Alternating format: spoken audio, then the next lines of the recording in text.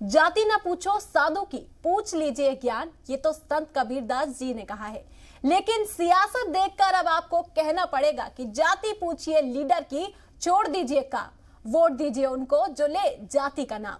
उत्तर प्रदेश भी इससे अलग नहीं। उत्तर प्रदेश में ज्ञान और काम से कहीं ज्यादा जाति अहम हो गई है। जहां समाजवादी पार्टी मुजफ्फरनगर में ब्राह्मण सम्मेलन कर रही है, तो बीजेपी के ओबीसी सम्मेलन में आज सीएम योगी आदित्यनाथ शिरकत करने वाले हैं। देखिए ये रिपोर्ट।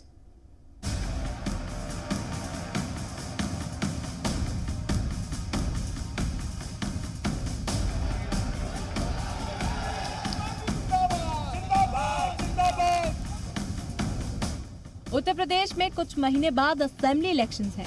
वैसे तो कहा जाता है कि तरक्की के नाम पर ही वोट मिलते हैं, लेकिन लगता है कि सियासी जमातों को तरक्की नहीं बल्कि जाति ही जीत की गारंटी लग रही है।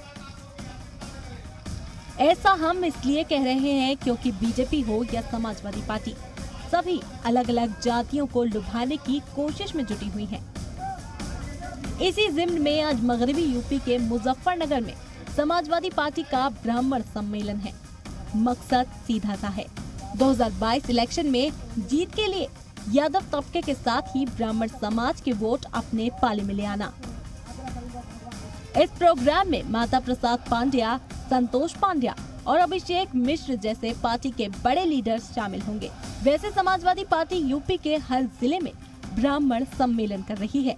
एक तरफ जहां समाजवादी पार्टी की नजर ब्राह्मण वोट पर है, तो दूसरी तरफ बीजेपी ओबीसी वोटों को साधने की तैयारी में है।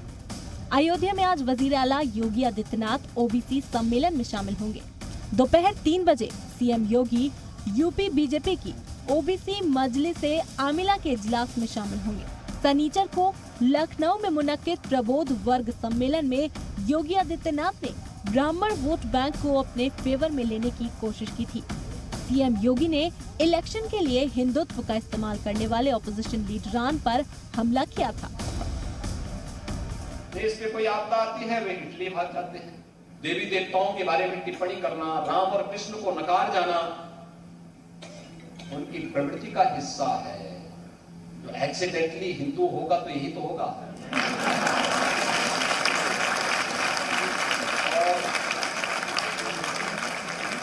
एक्सीडेंट बार बार जनता नहीं दोहराने देगी। हालांकि ये कोई पहला मौका नहीं है जब समाजवादी पार्टी जातिगत बुनियाद पर वोट साधने में लगी हो। एक तरफ समाजवादी पार्टी जिला सतह पर कई जगहों पर ब्राह्मण सम्मेलन तो कर रही है, जो कि 22 अगस्त से शुरू हुआ है। वहीं दूसरी तरफ गैर यादव ओबीसी जातियों के लिए बड़े बड़े दावे कर रही है। पहले तो विश्वकर्मा जयंती पर दोबारा छुट्टी का ऐलान किया, फिर जातीय जनगणना करवाने का यकीन दिलाया। नरेश उत्तम पटेल को यूपी सपा का सदर बनाया ताकि पिछड़ा वर्ग समाजवादी पार्टी की हिमायत करे। ये सारे हथकंडे बस इसलिए कि ओबीसी तबका और ब्राह्मणों का वोट समाजवादी पार्टी को मिले। हम राजनीतिक लाभ प्राप्त करने के लिए कभी भी पूजा पाठ बाकी कुछ नहीं करते हैं। उनके इतिहास को उठा करके देखेंगे तो हर चीज पर शक उठाते हैं और शक करते हैं, यहाँ तक कि उनको अपने पर भी भरोसा नहीं है। और उनको जिसको अपने पर भरोसा नहीं है, इसीलिए जनता भी उन पर भरोसा नहीं करती है। समाजवादी पार्टी और बीजेपी का फोकस ओबीसी यानी पिछड़े वर्ग और ब्राह्मण पर ही क्यों है, इसे समझने के लिए आपको यूपी की जाति बुनियाद की जोड़ तोड़ पर नजर डालनी होगी। यूपी में अगड़ी जातियां 16% हैं, जबकि पिछड़ी जाति से आने वाले लोगों की आबादी 35% है।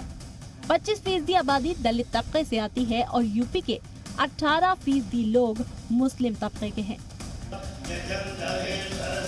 दरअसल ब्राह्मण वोट बैंक के अलावा 35% पिछड़े तबके को साधना बीजेपी और समाजवादी पार्टी दोनों को ही जरूरी लग रहा है। इस 35% में यादव तबके का वोट तो समाजवादी पार्टी अपने हिस्से में लाने की कोशिश करेगी ही। इसीलिए बीजेपी यूपी में गैर यादव ओबीसी तबके को साधने के लिए ओबीसी सम्मेलन कर रही है, क्योंकि यूपी में गैर यादव ओबीसी जातियों की आबादी भी काफी है। निषाद मल्लाह कश्यप जाति की आबादी 4% है। कुर्मी तबके की आबादी 5% और राजभर तबके की 2% है। वहीं मौर्य, शाक्य, कुशवाहा, सैनी जैसे तबकों की आबादी 10% है और यूपी की आबादी में से 4% लोध तबके से है। इधर दूसरी पार्टियां भी जात पात की सियासत में पीछे नहीं है। बहुजन समाज पार्टी इस बार दलित ब्राह्मण गठजोड़ को साथ बिठाने की कोशिश कर रही है और अयोध्या समेत 74 से ज्यादा जिलों में प्रबोध सम्मेलन कर रही है। तो वहीं आम आदमी पार्टी भी 3 अक्टूबर से चाणक्य विचार सम्मेलन की शुरुआत लखनऊ से करने जा रही है ताकि ब्राह्मणों पर अपना दाव आजमा सके। कुल मिलाकर जैसे जैसे इंतखाब की घड़ी नजदीक आती जा रही है, सभी पार्टियों के लिए मजहब और जाति सबसे अहम होती जा रही है। लेकिन जनता जमीनी सतह का काम और तरक्की देखकर वोट देगी या जाति देखकर, ये तो 2022 के इंतखाबी नताइज ही बताएंगे। ब्यूरो रिपोर्ट, जी मीडिया।